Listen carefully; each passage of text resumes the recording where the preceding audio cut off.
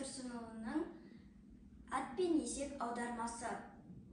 Біреудің есегімен бар еді аты, апарар бір қалаға болды заты, аты мен есегіне артып алып, аяңдап жолға түсіп келе жатты.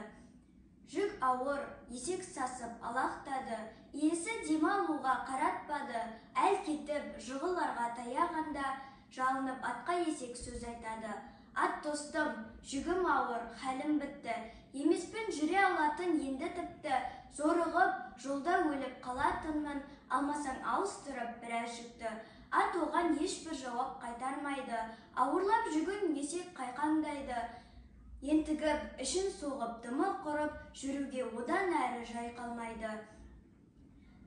Жығылды есек байғұс дымы құрып, тұрмады айда-сада иесі ұрып, сойды да терсін жүгін атқа салып, қалаға келе жатты тағы жүріп.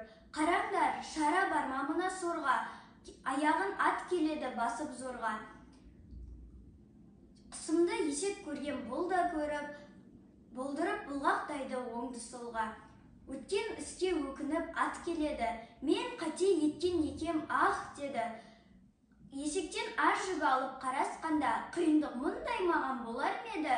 Бұл сөзден қандай ғибрат алмақ еді? Мысалы, еткен қайыр бір бәйтерек, қайырың біреуге еткен болып терек. Көрерсің рахатын көлеңкелеп. Қайырдың ең абзалы бұл дүниеде, біреуге қысылғанда жәрдем бермек. Кейбіреу зор бейнетке тап болады, кей уақыт аз бейнеттен қашамын деп.